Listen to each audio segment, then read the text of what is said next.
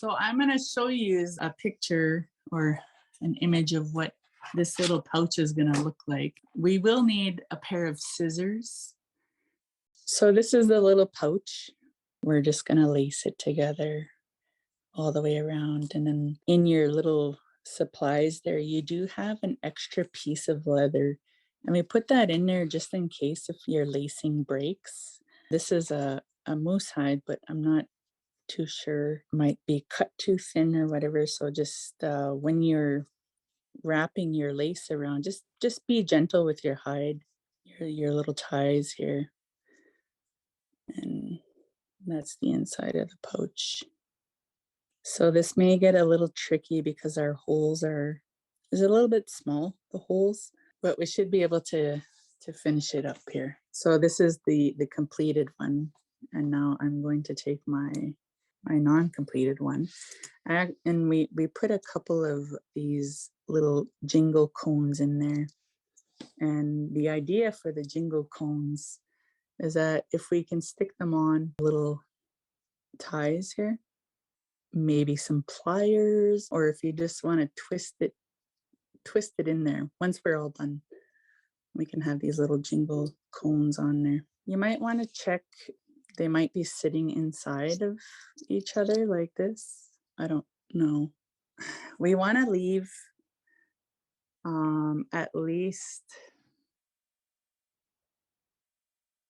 if you want to wrap this, like, so this is going to be these two ends here. This is what's going to be on the back of your neck. So this is where we're going to close it. So it's going to look like this, just a simple knot. We're not going to knot it right now. Keep in mind that you probably only need about a foot of lace hanging from the top. I'm going to start here. So I'm going to go in through the back on that top hole. You might have to like twist your hide, the end of your hide.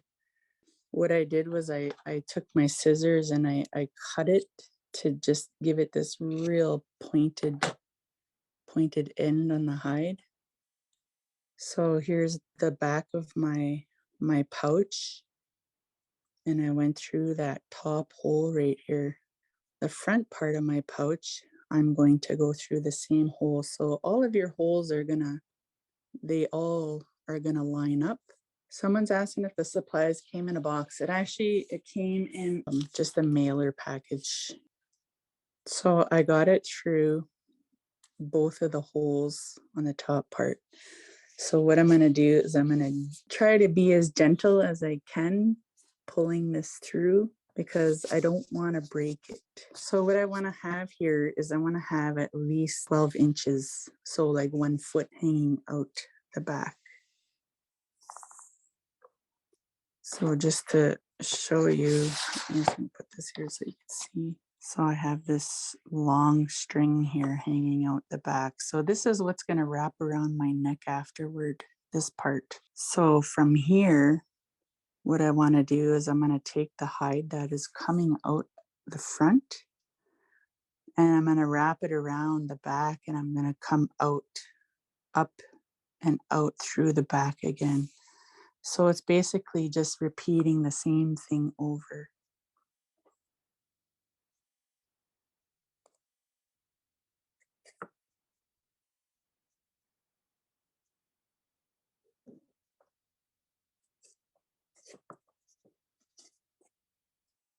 So be very gentle with your lace because if it breaks on you, you'll have to take your spare hunk of hide and cut new lace, pretty much start over again. I've got my first one. I came out again on the second hole.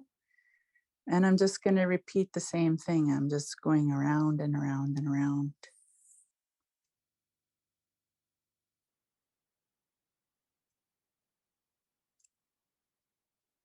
So going through both of the holes.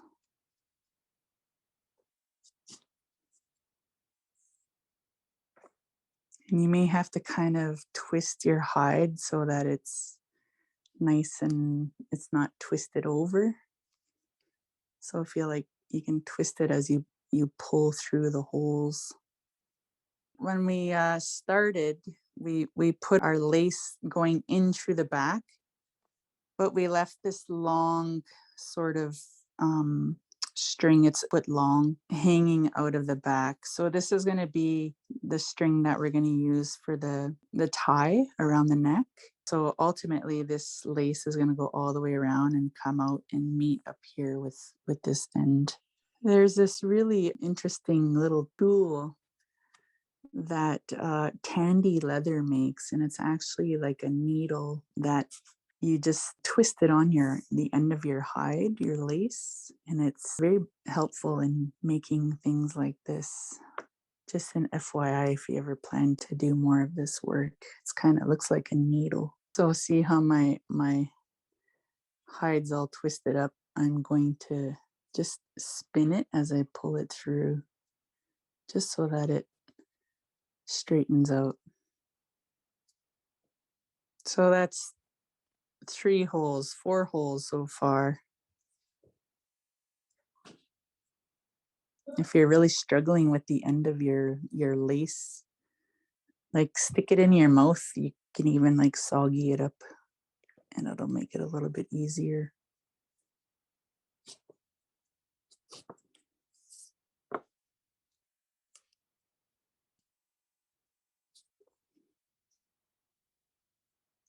Oh, that's a good idea too, Cheyenne. A little bit of glue on the end.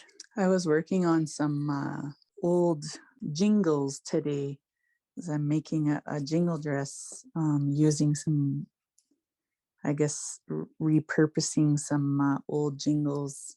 So that's why I have all these band-aids on my hands.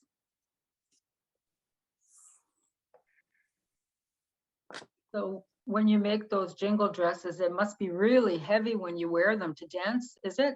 Sometimes it depends on how many jingles you put on there. Sometimes we learn about different teachings about jingle dresses, and one of the teachings is that you should have 365 jingles on your dress to represent every day of the year. And that's just one teaching. It's not the be all and end all of jingle dresses, but jingles that have that many cones on there are really, really heavy. Yeah, so the jingle dress that I'm working on now, I have 270. The jingles are really old, and the older they are, the smaller they were back then. They were kind of narrow and a lot shorter than the ones that we see today. So this jingle dress is actually going to be displayed in the Met in New York City. So it should be there in the summertime. Nice fingernails. Oh, I work really hard to do that, you know. That's good. It goes nice with all my band-aids. Here's the finished one.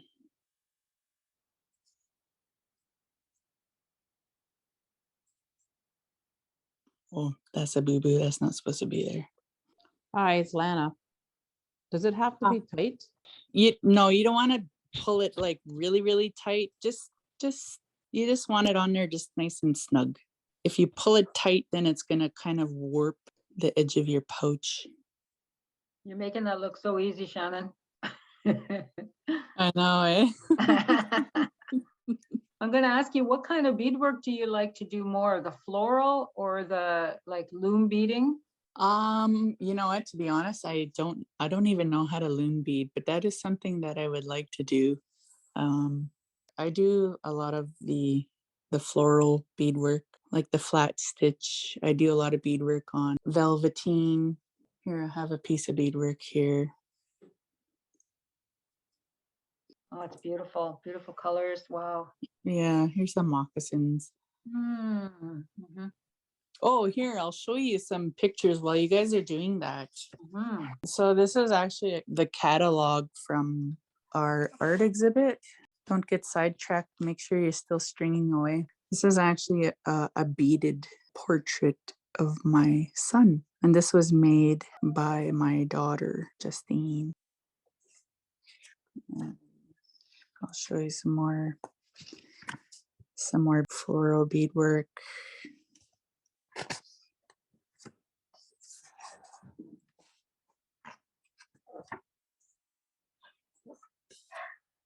I created a series of moccasins through this project. Split toe moccasins, which are the original style of moccasins for the Anishinaabe. Oh, right here. So this is them right here. I think there's 7 pairs here. But yeah, it was quite the learning process when I was making these. With all of this, it kind of led me to teaching people how to make those kind of moccasins. That's what I enjoy doing. I also created a series of ribbon skirts. So there are 13 ribbon skirts that actually represent like the 13 moons. And it's this series. Each of the skirts are accompanied by a letter that I wrote to my son. And it actually just speaks a lot to the bond that we have with our loved ones, that bond that goes beyond this place, that goes beyond this physical realm. And so each of these skirts tell a story of my journey. So there's 13 of them. It's a fully beaded physician's bag or a doctor's bag, and it's pretty big. It's probably about, I don't know, maybe 14 to 16 inches long. And this bag was created by my daughter. So each side of the bag, they both have my husband and my clans. So my husband is a wolf and I'm a bear clan. And so she made this bag as a gift to me and my husband. She beaded the medicines, the 4 sacred medicines on each end of the bag. You could see some there, but then on the other side. Yeah, this is sort of a big page of the exhibit in its space in Thunder Bay. You know, certain things are put in your path. They're meant to be there for a reason. And so we actually did a project where we created 7 Ticonogans. And this grant, it was actually an OAC grant. We were awarded the grant probably about a month after our son died. And so we had just put it on the back burner for a year and a bit. And we started to pick up this project. I think it was a lot of healing went into the work that we did on these Ticonogans, because it's, you know, like a Tikanogan is about celebrating life and honoring life and honoring our children, our babies. They're the greatest gift that we can ever have. And it's a reminder too, as well, as to always honor them, because they're not always promised to us. But yeah, so we created these cradle boards, and we have since traveled around to communities, helping communities pick up this art form again. So, but yeah, and then the pandemic hit, and we things kind of slowed down a little bit here. Lots of cool things in here. So this is my first time actually doing this particular pouch through Zoom, and I didn't anticipate everybody to finish so quick. Shannon, I must have did something wrong. The one thread, the one piece goes in at the back, like you told us to start at the back, but when I Yeah. ended, it comes out at the front. Oh, okay. So I need you to pull that back out, because that's probably what's happened to everybody. Can these kits be purchased anywhere? I'm not too sure.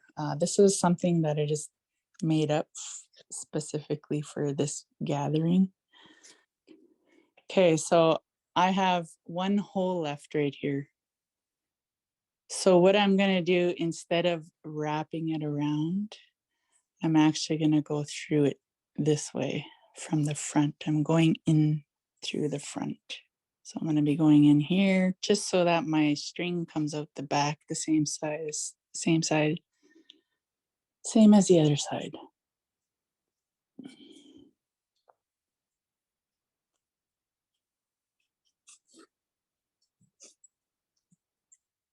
So it's gonna end up like this. You're gonna end up with this little odd thing here. So both of your strings should be coming out the back. You're gonna take the whole thing and you're gonna cut that excess off. And you're gonna tie a knot right at the end. So here's my little knot. What I did was I checked to see if it fit over my head. It's on there. So with the leftover piece of hide, or if you don't have any leftovers, you can just cut a little strip off your spare piece. So what you're gonna do is you're gonna go through inside your pouch. You're gonna go out that hole on the front part, not on the flap. The flap we're gonna do last. So we wanna have 2 strings coming out here out of these 2 holes. And this might get a little bit tricky because you're trying to get into a little small space here.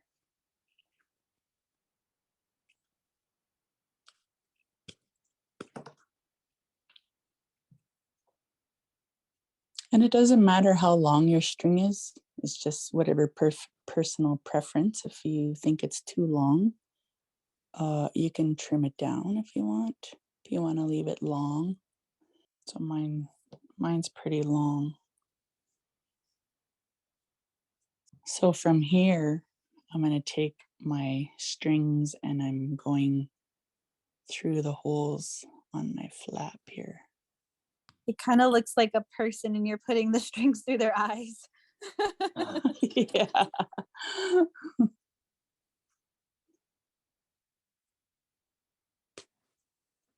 This pouch. So if you're gonna put these the cones on the ends of your pouch, you kind of when you want to open this pouch, you're actually just gonna have to leave your strings in there and just kind of open it up like that. Because otherwise you'll have to take your little cones off if you want to pull that through.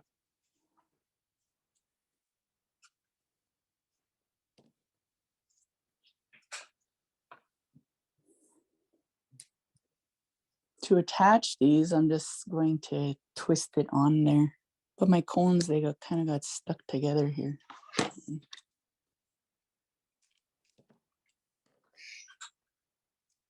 go. So I just twisted up the end of my little tie. I'm gonna push it all the way. So if you want to, it doesn't matter where you want to put it, but once you get it on there, I would suggest to crimp the top of it, and you can just use your scissors and squish the top of that cone flat so that it hangs on there.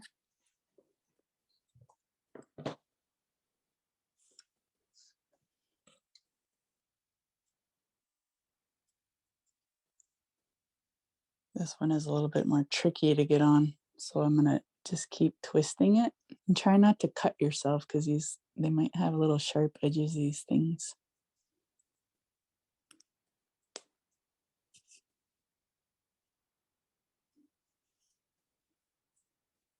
So I'm just gonna squish the top of my other one. If you have pliers, that would be good too. So there we go. This is all done. So if I wanted to, I can tie this, or I could just leave it like the way it is. Then you just end up with some little strings hanging down. So this didn't take as long as I thought it was gonna take. I'll put it on here so you can see. Oh yeah, okay, so keep pulling it through. Yeah, you're doing it right. Let's see I was here. supposed to I'll put it show you. through this.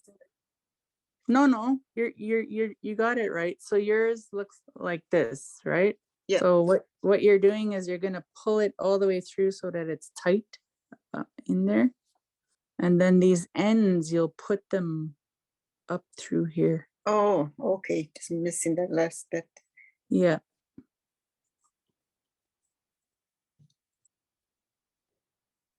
So Shannon, can I ask you the pattern? Is it like a big circle or a small circle, the front one, and then the back one is like a circle but with a lid on at the top, that folds over? It kind of looks like a snowman when it's Mhm. open. Oh, yeah, okay. Yeah. Because if anybody wanted to, they could maybe try cutting out another one and use that one as like a pattern, eh? Yeah, for sure. On it, yep. It's so cute. Hmm. Of course, mine doesn't look like that, but that's okay. Yeah, so whatever you feel to put inside of them, it's entirely up to you what you want to put in them. Sometimes I think what I usually put in there is cedar. I like to put cedar and tobacco. Maybe it would be cool to put some chaga in there. My favorite smell is bear root. I love the smell of bear root. I did this with some students one time, and one of them put their baby's, the birth cord, the umbilical cord, put that in there. Yeah, they used to put those in there and you would keep them close to the babies. They would put them on their cradle boards. They would hang them on the cradle boards too, or close to their cribs. So they'll always know where they come from. They'll always know where their home is. Is that moose hide or cowhide? It's moose hide. Uh-huh. Yeah, feel free to use this pattern if you want to make some more, or it's a pretty simple pattern. Sometimes it's nice to even do like just some simple edge beading around the flap even, because there's no lace there. You could just do some nice little edge beading. That would be nice too. Lots of little things to decorate it. It's so relaxing just doing this too. Yeah, it is, eh? Yeah. I always feel like when we do these kind of things in like conferences or things like that, I feel like it's always this form of self-care, where we just take time to make something for ourselves or for our loved ones. We're always giving and giving, and we get used to being like that and not being able to nurture ourselves. I actually cut a lot of hide. I started to have difficulty breathing, and I feel like I might be allergic to like the fuzz from the hide. Because I even went to emerge because I was having trouble breathing. So I don't know if I'm allergic to the moose fuzz. I'll see how it goes the next time I have to cut hide. Yeah, you can even, if you're worried about your cone like falling off or whatever, sometimes what I do is I'll put a little pinch of glue inside the cone so that it bonds with the leather. Even just what you have right there, it looks like a piece of artwork. It does. It's just amazing. So can you translate that into Anishinaabe one? Going. Moose, Bishwagan, Mushkamat. Mojagan. That's all I know. Hide is Bishwagan, Reagan. Bishwagan. Moose, Bishwagan, Mushkamat. And for medicine bag, they say Medewayan. Medewayan.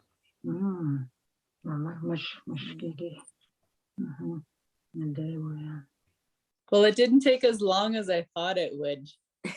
You just never know how they're gonna go, how it's gonna go. But that's good. Everybody completed their pouches. Shannon, when is your exhibit going to be at OCF?